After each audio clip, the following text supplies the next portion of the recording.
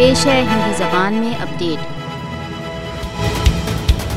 भारत द्वारा अवैध रूप से अधिकृत जम्मू कश्मीर के डीलिमिटेशन आयोग के फाइनल नोटिफिकेशन ने हिंदू बहुसंख्यक जम्मू क्षेत्र को अधिकाधिक प्रतिनिधित्व दिया है। डीलिमिटेशन कमीशन ने भारत द्वारा अवैध रूप से अधिकृत जम्मू कश्मीर में हिंदुत्व प्रेरित कार्यसूची की एक प्रकार से प्रभावशील करने के लिए डीलिमिटेशन कमीशन निर्वाचन क्षेत्र का पुनः गठन किया है।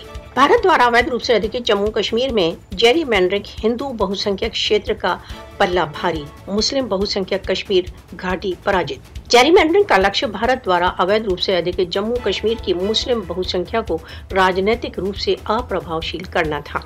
डीलिमिटेशन प्रक्रिया का लक्ष्य आरंभ से ही भारत द्वारा अवैध रूप से अधिकृत जम्मू कश्मीर में मुस्लिम बहुसंख्या को राजनीतिक रूप से प्रभावहीन करना रहा है।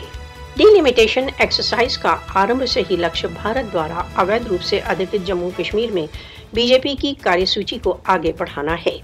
डीलिमिटेशन एक्सरसाइज मात्र एक औपचारिकता थी, हिंदू बहुसंख्यक जम्मू को अधिक सीटें देने की पूर्व नियोजित योजना थी।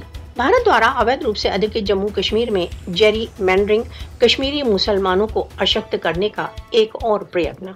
निर्वाचन क्षेत्रों के पुनः निर्धारण का लक्ष्य मुस्लिम बहुसंख्यक जम्मू कश्मीर में हिंदू मुख्यमंत्री नियुक्त करना था।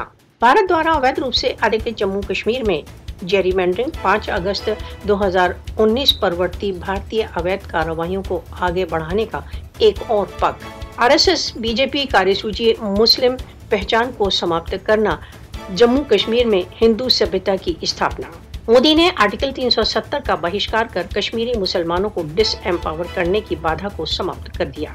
भारत द्वारा अवैध रूप से अधिकृत जम्मू कश्मीर का कॉलोनाइजेशन आरएसएस बीजेपी का देर से एक स्वप्न रहा है। राजनीतिक मतदान क्षेत्रों का पुनः गठन, कश्मीर में कॉलोनीवाद को आगे बढ़ाने का एक और प्रयत्न। मोदी शासन को याद रखना चाहिए कि किसी भी प्रकार की जेरीमैंडरिंग भारत द्वारा अवैध रूप से अधिकृत जम्मू कश्मीर की यथार्थ स्थितियों को नहीं बदल सकती।